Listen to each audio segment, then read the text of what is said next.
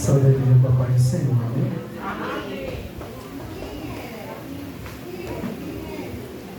Convido os irmãos a abrir as suas Bíblias em Romanos, capítulo 10.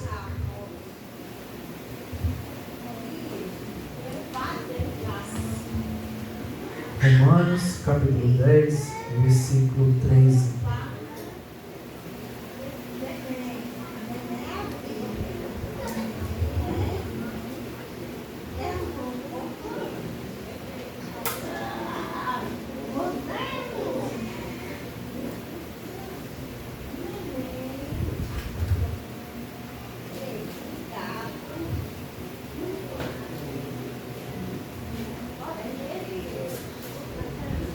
Romanos capítulo 10, versículo 13.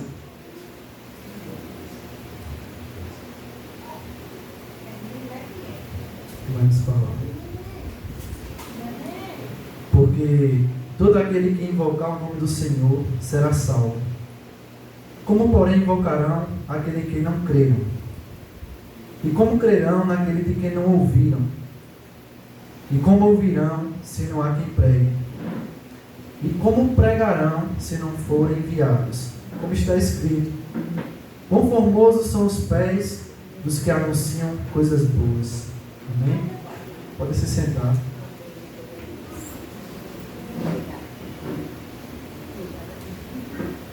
Irmãos, o apóstolo Paulo já começa esse versículo aqui falando que porque todo aquele que invocar o nome do Senhor será salvo. É uma promessa, é uma certeza de que se as pessoas invocarem o nome do Senhor, serão salvas. É uma promessa universal, absoluta. E quando eu estava meditando esse versículo, me veio à mente, o ladrão da cruz, lá em Lucas. Peço aos irmãos que me acompanhem também, Lucas capítulo 23. Lucas capítulo 23, versículo 33. E vai falar: quando chegaram ao lugar chamado Calvário, ali o crucificaram bem como os malfeitores, um à direita, outro à esquerda. Contudo, Jesus dizia: Pai, perdoa-lhes, porque não sabem o que fazem. Então, repartindo as vestes, lançaram sortes. Versículo 39. Um dos malfeitores crucificados blasfemava contra ele, dizendo: não és tu o Cristo? Salva-te a ti mesmo e a nós também. Respondeu-lhe, porém, o outro repreendeu, dizendo: nem ao menos temes a Deus e estamos sob igual sentença? Nós, na verdade, com justiça, porque recebemos o castigo que nossos atos merecem, mas este nenhum mal fez. E acrescentou: Jesus, em algumas traduções vai estar: Senhor, lembra-te de mim quando vieres no teu reino. Jesus lhe respondeu: em verdade te digo, que hoje estarás comigo no paraíso. Irmão, imagina o cenário: 3 cruzes, Jesus no meio, um zombando do lado, outro do outro lado, reconhecendo a autoridade, o senhorio de Jesus. E ele não fala assim, amigo, não, ele reconhece a Jesus como Senhor. Senhor, lembra-te de mim quando entrar no teu reino. E a gente olhando assim para esse ladrão na cruz, ele não tinha mãos para fazer boas obras, porque estavam pregadas, os pés para ir à igreja, porque os pés estavam pregados, mas ele tinha uma voz e um coração. Naquela cruz ele reconheceu Jesus como Senhor e invocou o nome do Senhor ali. Naquele momento Jesus responde: em verdade te digo, que ainda hoje estarás comigo no paraíso. Então a promessa ela se cumpriu. O que Paulo está falando aqui aconteceu também. Veja que ele apenas invocou, não tinha obras, suas mãos estavam atadas, seus pés, mas somente a sua voz e o seu coração foi o suficiente para que ele encontrasse salvação. E a gente vai ver aqui que a salvação é gratuita. mas não é mágica. Ela precisa da igreja, ela precisa que a gente se disponha a alcançar os perdidos. Então, como um primeiro tópico, ele fala: como invocarão aquele em quem não crê? Como é que uma pessoa vai invocar se ele não creu? Naquela cruz, Jesus estava pregando com o seu testemunho, com a sua vida, demonstrando graça, demonstrando perdão no último instante. Então Jesus pregou ali, e aquilo ali foi o suficiente para alcançar aquele ladrão. Essa palavra invocar, ela tem um termo, um sentido jurídico. Quando Paulo escreve aqui, ele fala para uma igreja com cidadãos romanos. Esse invocar, ele tem um termo, um sentido jurídico. Por exemplo, quando as pessoas não tinham mais onde recorrer, onde o seu dinheiro, ou até mesmo quando não confiavam na justiça local, eles apelavam para César. Então César naquela época ali era como se fosse a pessoa que iria lhe salvar, era onde eles depositavam a sua confiança. E Paulo usa essa palavra aqui, esse termo jurídico, quando as suas dívidas não tinham mais solução, eles recorriam a César, que era a pessoa que podia ali lhe perdoar a dívida ou não. Mas eles reconheciam ali essa autoridade de César, e Paulo usa essa palavra. Quando a gente vai evangelizar, que é uma missão, o ID, a gente está pregando para as pessoas que a sua situação real é de condenação. O veredito, ele foi dado. Em Romanos 3:23, mais para trás um pouquinho, ele fala que todos pecaram e foram excluídos da glória de Deus. Todos pecaram, essa é a condenação. Todo mundo pecou, todo mundo está excluído, todo mundo está afastado. Quando a gente vai fazer esse índice, a gente tem que demonstrar para as pessoas a sua real situação. Essa semana, quando eu estava lendo com os meus filhos, trazendo algumas perguntas, a gente falava de João 3, do encontro de Jesus e Nicodemos. E lá na frente, Jesus olha para Nicodemos e fala: Nicodemos, é necessário que o Filho do Homem seja levantado, assim como a serpente venenosa foi levantada no deserto, para que todas as pessoas que olhem para ela sejam salvas. Todas as pessoas que olhem para Jesus sejam salvas. No deserto, as pessoas eram picadas por serpentes e estavam morrendo, e o povo estava ficando agoniado, e rogaram para Moisés: ora a Deus, porque senão todo mundo vai morrer. E aí Deus fala: Moisés, levanta uma serpente, para que todo aquele que olhar para essa serpente seja salvo. Da mesma forma, a gente tem que passar isso para as pessoas, que o veneno do pecado está dentro delas. E se elas não olharem para Jesus, elas vão para o inferno, elas vão ser condenadas. Então, a gente tem que fazer com que essas pessoas apelem para o Rei Jesus, para o Senhor que tem toda a autoridade, o Senhor que é o antídoto, o Senhor que tem a cura. E outro exemplo que eu quero trazer para vocês, peço que vocês acompanhem também em Atos, capítulo 16.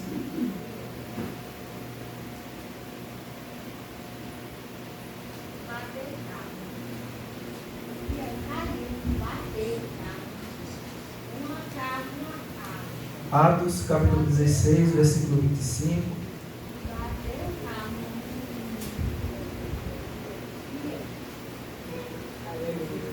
E fala: por volta da meia-noite, Paulo e Silas oravam e cantavam louvores.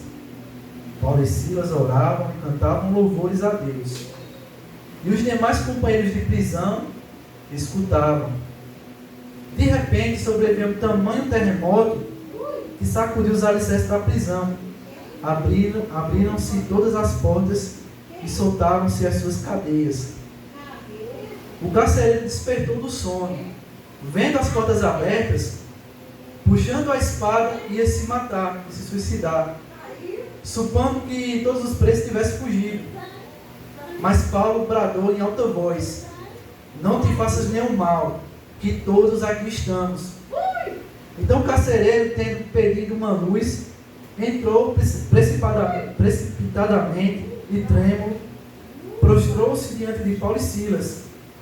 Depois de trazê-los para fora, disse: Senhores, o que devo fazer para que eu seja salvo? Responderam Paulo e Silas: crê no Senhor Jesus e será salvo tu e tua casa. E lhe pregaram ali a palavra de Deus e a todos de sua casa. Naquela mesma hora da noite, cuidando deles, lavou-lhe os vergões, lavou-lhes as feridas. Ou seja, a primeira obra do carcereiro ali, né, a primeira frutificação foi lavar, né? Aquele que batia, aquele que machucava, agora estava lavando as feridas, seu primeiro fruto. A seguir ele foi batizado e todos os seus. Quando ele fez isso, o Espírito Santo batizou ele. Então, levando-se para a sua própria casa, ele pôs à mesa, e com todos os seus manifestava grande alegria por ter crido em Deus. Irmãos, quando a gente vê a situação desse carcereiro, naquele momento que o terremoto aconteceu, para ele, o mundo dele acabou. Porque antigamente, se um carcereiro perde um preso, ele pagava com sua própria vida. E eu fico imaginando o que ele pensou naquela hora. Na cabeça dele, creio eu. A vergonha que ele ia passar, ele e a família dele. De ter perdido. Uma condenação que poderia cair sobre a família dele também. E imediatamente ele puxa a espada para se matar. Trazendo para os dias atuais, quantas e quantas pessoas chegou no fundo do poço, não vê outra saída, às vezes até mesmo por vergonha do que as pessoas vão falar, do que as pessoas vão pensar, e querem tirar sua própria vida. E a gente vê hoje no mundo atual, no século atual, muitas pessoas se matando. Satanás tem feito prisões na mente de muitos. E infelizmente, isso está entrando dentro das igrejas. Infelizmente. Como esse carcereiro aqui, muitas pessoas veem seus recursos falhando, se vê no fundo do poço, pensando que não tem solução para a vida dela.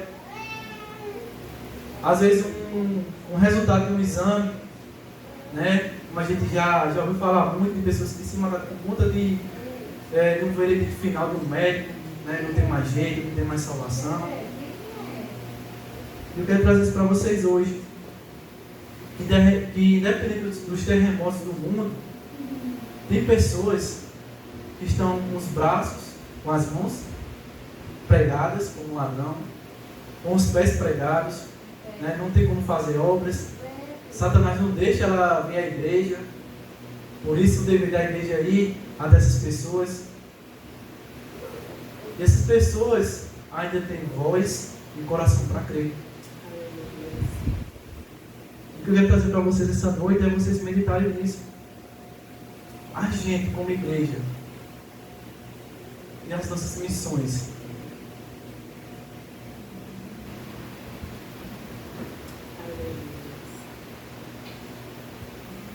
essas pessoas estão gritando por socorros, mas em lugares errados.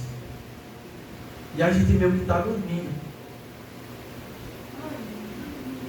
E aí ele fala: como é que ouvirão se não tem como crer? E como crerão daqueles de quem não ouviram? E aí eu vou trazer outro exemplo. Peço que vocês voltem só um pouquinho em Atos capítulo 8.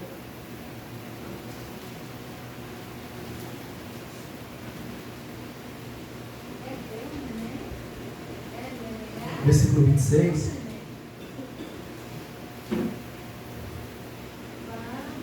Vai falar: o anjo do Senhor falou a Filipe, dizendo: dispõe-te e vai para o lado do sul, no caminho que desce de Jerusalém para Gaza.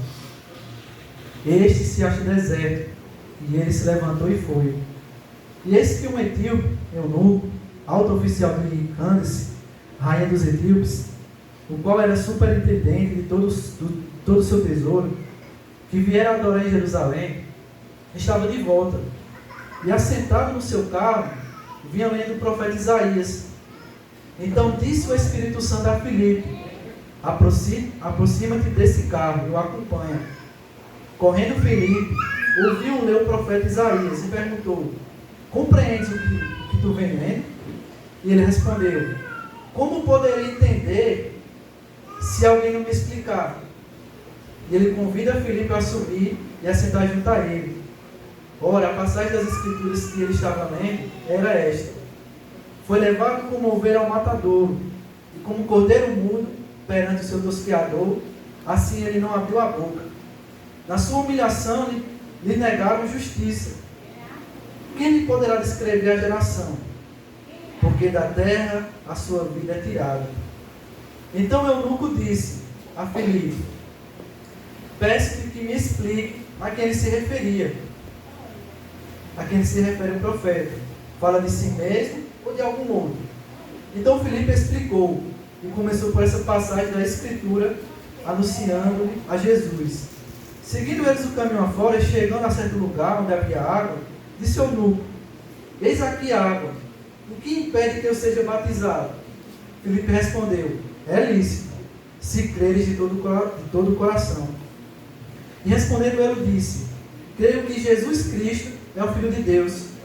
Então mandou parar o carro, ambos desceram a água, Filipe batizou o eunuco. Quando saiu da água, o Espírito do Senhor arrebatou a Filipe. E não vendo mais o eunuco, a este foi seguindo seu caminho, cheio de júbilo.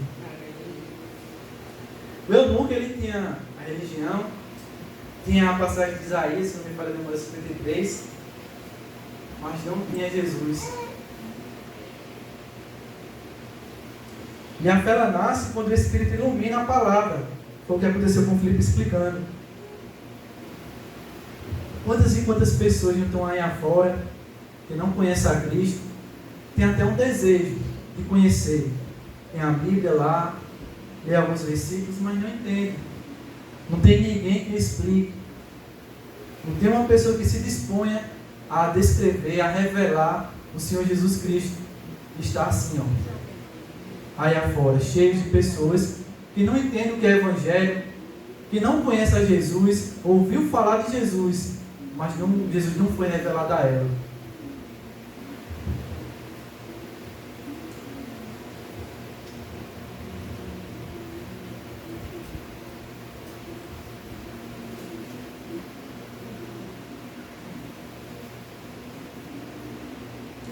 E eu estava meditando essa passagem aqui. O Espírito Santo, ele quer nos usar, ele quer que a gente vá às almas. Ele quer operar, mas a gente em si parece que não quer deixar ele operar. E em outros momentos eu falaria assim: olha, não falo para essa igreja, mas falo para a igreja como um todo. Mas nessa noite eu não quero falar para a igreja como um todo. Quero falar dessa igreja aqui. O que a gente está fazendo para alcançar essas almas. E eu não falo assim individualmente não. Eu coloco junto, até porque a gente somos um corpo. Eu tenho minha missão, eu poderia trazer aqui sobre as missões, países afora, de lugares excluídos até mesmo no Brasil. Mas a palavra não é para quem está lá fora, a palavra é para quem está aqui. Nessa noite, aqui está o corpo reunido. Pessoas que levantaram suas mãos, pessoas que Cristo resgatou, pessoas que alcançaram misericórdia, alcançaram graça. Mas o que é que a gente está fazendo para resgatar os nossos irmãos que estão perdidos? Eu ficava pensando e a palavra vindo. O que vamos esperar? Mais pessoas saírem daqui para buscar lá fora o mesmo Espírito que está aqui? Será que o Espírito Santo de outros locais não é o mesmo aqui? Será que o Espírito Santo não habita no meio da gente? Somos corpo do Espírito, o Espírito Santo habita dentro da gente, e a gente vê pessoas que saem daqui porque como se o Espírito Santo não operasse aqui nesse meio. E aí vai para outros locais. E irmãos tem pastores sendo usados, fluindo nos dons. E a gente tem que despertar, irmãos. O Espírito Santo é o mesmo, ele trabalha antigamente, trabalhou antigamente, trabalha hoje, quer trabalhar, quer operar. Mas o desejo, a sede de fluir nos dons tem que partir da gente. Se a gente não pedir, como é que ele vai dar? Se a gente não se dispor a querer que o Espírito Santo trabalhe, como é que ele vai fazer? Irmãos, a gente está num local que a gente vê ele trabalhando pela graça, a gente vê o culto em si ordenado, a gente vê tudo direitinho, mas tem algo mais profundo. Não é só isso. Ele quer fazer muito mais. Infelizmente, no meio de nós, tem pessoas que ainda precisam ser libertas, tem pessoas que têm familiares precisando de libertação, né? Como uma coisa assim, irmão, vamos lá na minha casa orar, vamos orar pelo meu familiar, pelo meu sobrinho, pela minha filha, pelo meu neto. Tem irmãos da igreja. Mas o que está acontecendo conosco?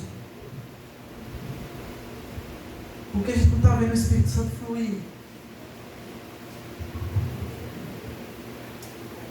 Próximo tópico. E como ouvirão se não há quem pregue? Como pregarão se não forem enviados? Nesse momento aqui, o Senhor me levou a Isaías 6.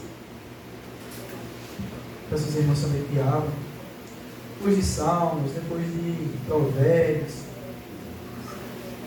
Isaías capítulo 6.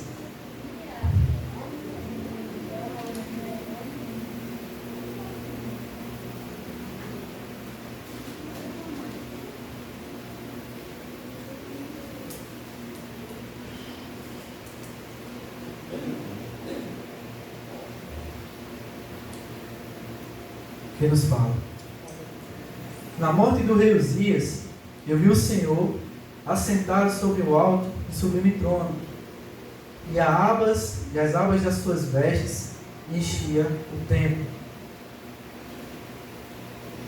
E quando a gente começa a ler esse livro de Isaías, a gente vê o profeta pregando o ai de vós, ai de vós, ai de vós, ai de vós. E aqui fala que nesse ano aqui, o rei Uzias morreu. E quando eu fui refrescar minha memória de Uzias, é um rei que Deus usou ele tremendamente, um rei que se dispôs a fazer a obra de Deus, a fazer com que o povo olhasse para Deus, um rei que foi vitorioso. E agora, o cenário é que esse rei morreu. E as pessoas em si, com medo dos inimigos invadirem, levarem eles em cativeiro,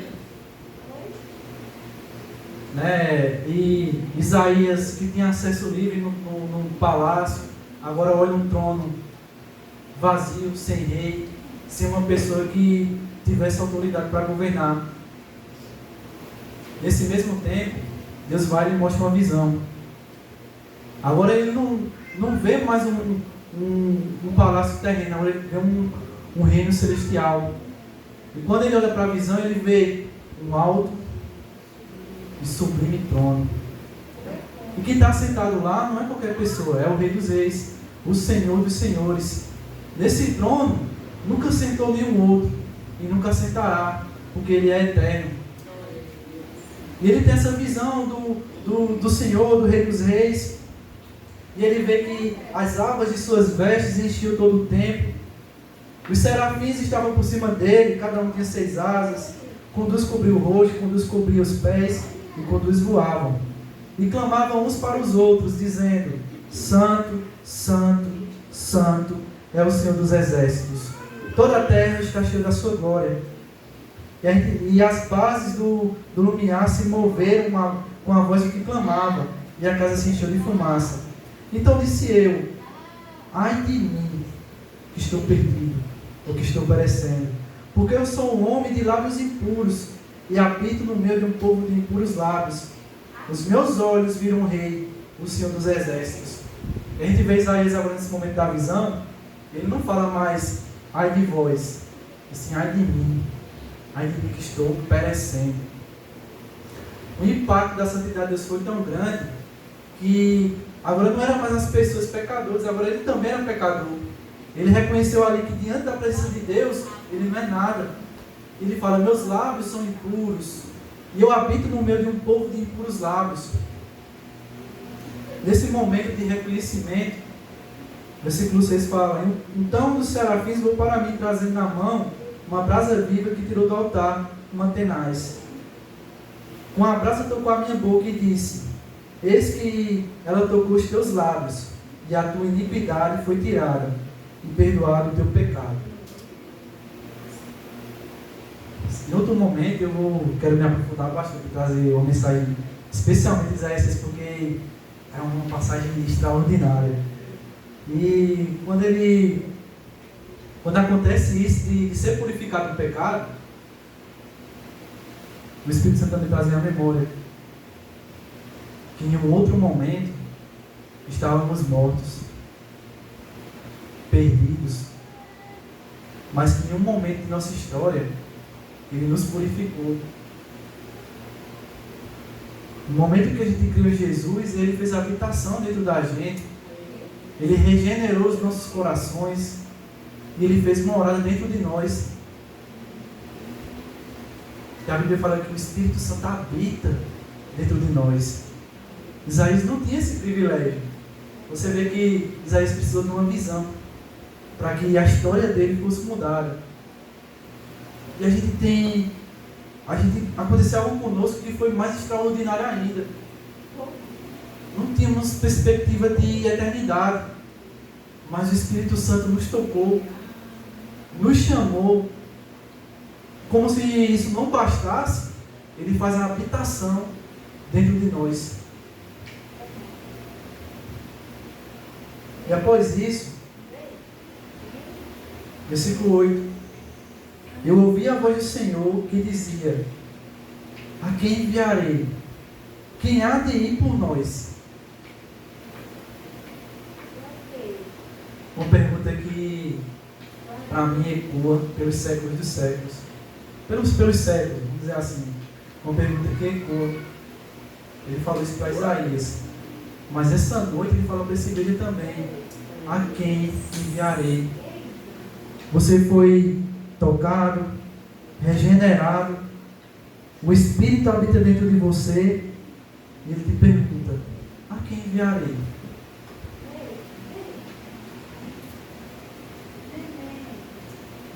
Nesse momento aqui, o silêncio em si ele foi rompido e Isaías fala, Senhor, eis-me aqui, envia a mim. E quando eu estava em casa, eu teve essa palavra dentro da minha cabeça. Aí eu disse, Natália, procura um pouco para mim, uma roupa, uma camisa.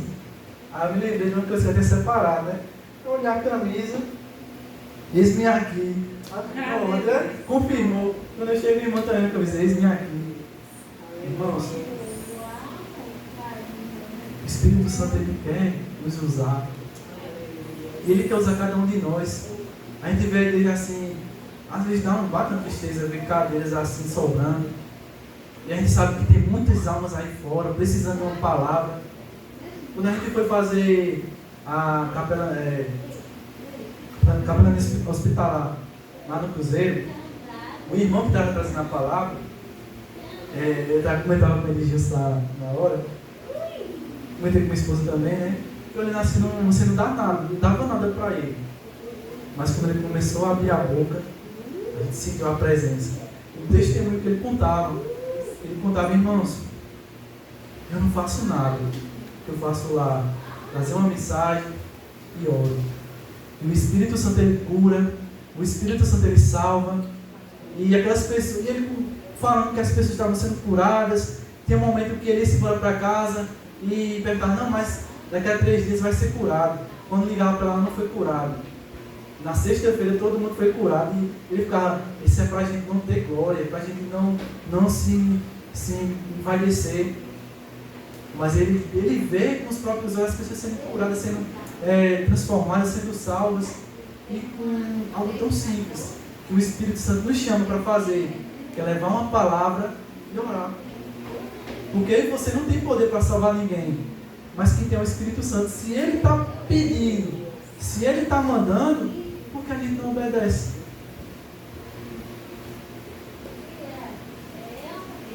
Por que a gente não fala? Eis-me aqui. O ouvido perdido depende do nosso ir. Versículo 15 de Romanos fala: quão formosos os pés dos que anunciam coisas boas, coisas novas. Por que isso? Porque para anunciar essas coisas boas, essas coisas novas, os pés se sujam para que almas sejam lavadas. Por isso que Deus, Ele elogia, Ele vê esse bom grado. Quão formosos os pés dos que anunciam as coisas novas. Para finalizar,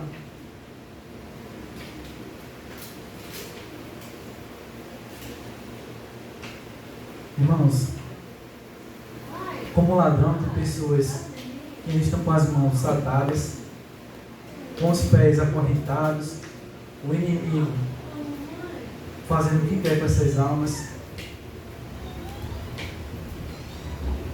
Pessoas como carcereiro, que não tem mais perspectiva de nada nesse mundo, querendo tirar suas vidas, em meio à depressão, em meio à ansiedade, querendo se matar. Pessoas como eunuco, não está na mesma condição, mas pessoas que estão com sede de conhecer a Jesus, buscando em lugares errados, mas com sede de conhecer esse Jesus que cura e que salva, precisa somente de invocar o nome do Senhor. Então são pessoas que estão gritando em lugares errados, e pessoas que não têm força sequer para sair de onde está.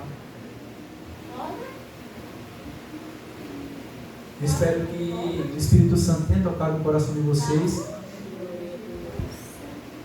que a gente foi chamado para ganhar almas. Não é trabalho só de um evangelista, não é trabalho só de um pastor, é trabalho do corpo se unir.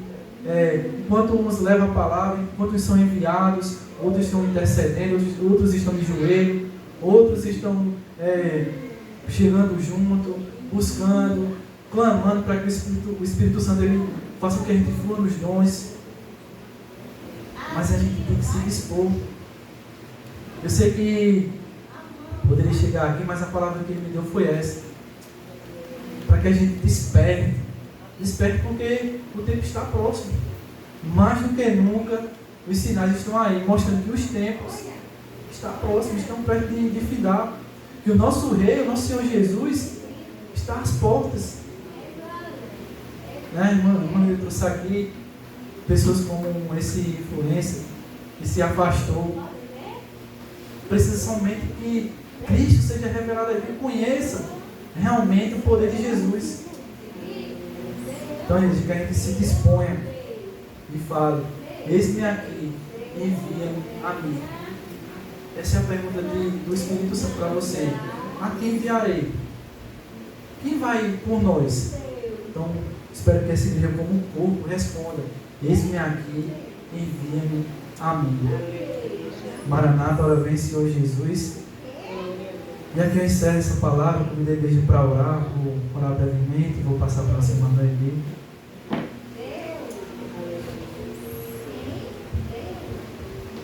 Senhor nosso Deus, muito obrigado, Senhor, pela Tua palavra, muito obrigado, Senhor, por falar conosco. Muito obrigado, Senhor, por trazer uma palavra aparentemente dura, mas que necessária. Que o Senhor venha despertar, Senhor, que essas palavras não venham ficar somente aqui nessa noite como uma memória, Senhor, mas que o Senhor venha fazer com que os nossos corações, Senhor, queimem com a vontade, com o espírito de fazer a Tua obra, com o desejo, Senhor, ardente de ganhar almas, de resgatar os nossos irmãos que estão perdidos, Senhor. Que a Tua palavra, Senhor, queime nossos corações nessa noite, para que durante a semana, Senhor, a gente faça o diferente. Que o Senhor venha pôr as Tuas palavras, Senhor, em nossas bocas para pregar o Evangelho, Senhor. Que a gente venha entender sobre quem Tu és, sobre o que o Senhor deseja, sobre o que a gente foi chamado para fazer, Senhor. Que nessa noite o Senhor venha cravar essas palavras em nosso coração, cravar o ID em nossa mente, para que a gente venha se movimentar, porque o inferno está rápido, o inferno está agitado, o inferno tem pressa, Satanás tem pressa, e a igreja também precisa ter pressa, porque muita gente está se perdendo. Então usa-nos, Senhor, usa-nos com poder, com autoridade. Se precisar, quem falta, Senhor, de forças, enche de força para buscar o batismo, para buscar os dons. Necessitamos, Senhor, nesse corpo, nessa igreja, de pessoas que se dispõem em fazer a Tua vontade, de pessoas que querem, Senhor, fazer o Teu ID. Então, Senhor, levanta aquele que está sem força, levanta aquele que está fraco, põe, Senhor, autoridade e desejo de fazer o ID. Precisamos, Senhor, resgatar almas que estão aqui na Malvinas, e eu falo por todo o ministério, Senhor, no Verdejante, na Catingueira, no Cruzeiro. Desperta a igreja primitiva, Senhor, desperta-nos, Senhor, como um só corpo, para buscar os perdidos e fazer essa missão que começa dentro de nós, começa dentro da nossa casa, em nossas ruas, que o nosso testemunho, a nossa vida seja que nem a de Cristo, até no último momento, pregando o Evangelho, e que as pessoas venham se arrepender e reconhecer e invocar o nome do Senhor. Então nessa noite eu te agradeço pela Tua palavra, pela Tua presença, em nome do Senhor Jesus. Agradeço a oportunidade, as formas louvam e exaltam nosso Senhor Jesus.